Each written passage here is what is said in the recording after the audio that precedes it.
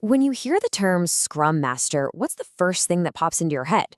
For a lot of people, it's someone who just enforces the rules, a kind of process cop. But what if I told you their real job, the most important part of it, has almost nothing to do with rules and everything to do with people? Today, we're cracking open the playbook to see how the best Scrum Masters build truly high-performing teams. And that really is the central question, isn't it? Is the Scrum Master just there to make sure all the meetings happen on time? Or are they there to cultivate an environment where a team can actually grow and thrive?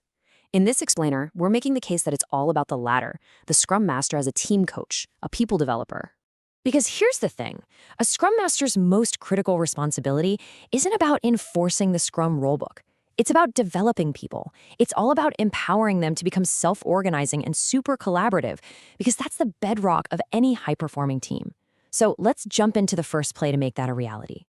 All right, play number one is all about building self-sufficient teams. This is the foundation. We're talking about creating a team that can truly manage itself. This is where the real magic of Agile really starts to happen. So let's dig into what that actually means. First off, what even is a self-organizing team?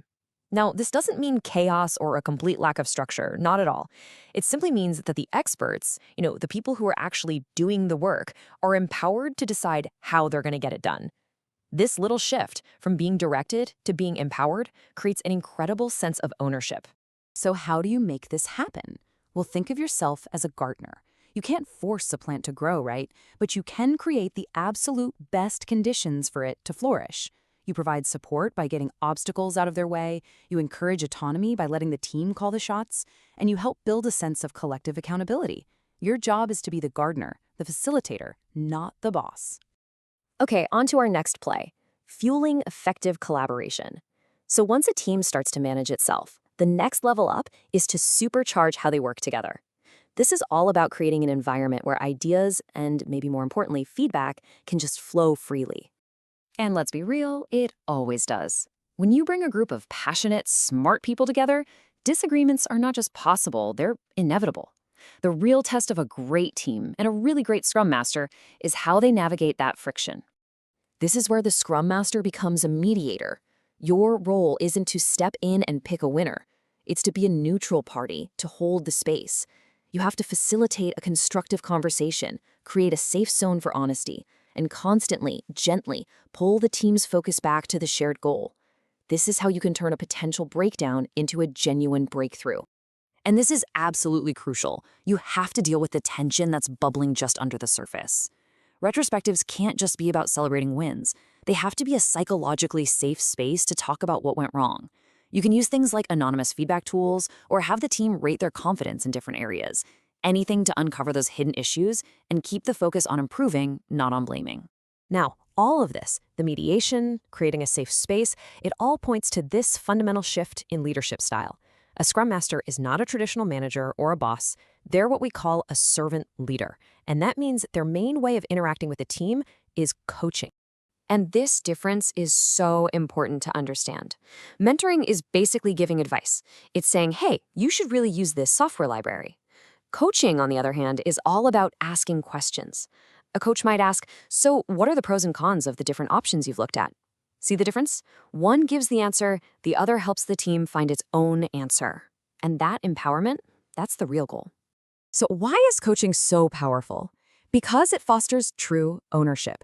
If the team figures out the solution themselves, you better believe they're going to be way more committed to it. It also stops them from becoming dependent on you for everything. It empowers them to grow, which lines up perfectly with that servant leader model.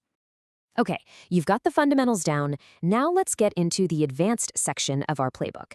We're going to look at a couple of plays that really separate the good Scrum Masters from the truly great ones.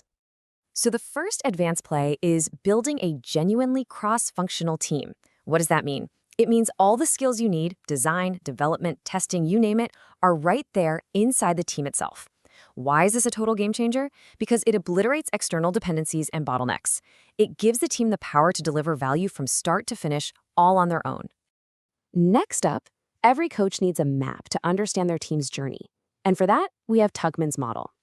It basically shows that every team goes through 4 predictable stages. First up is forming, where everyone's new and polite. Then, storming. And yeah, it's exactly what it sounds like. This is where conflict happens and ideas clash.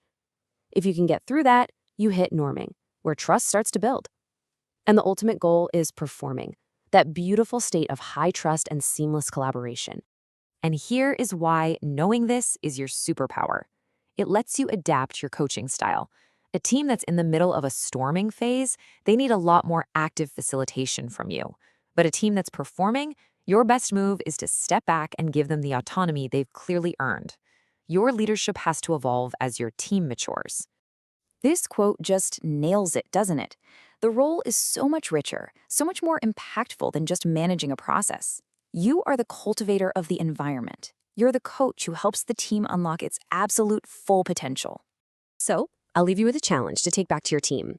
What is the one thing you can do tomorrow to start coaching your team instead of just managing the process? Instead of giving an answer, what powerful question could you ask? That tiny shift is the very first step on the journey from being a process cop to becoming a true team coach. Thanks for joining us.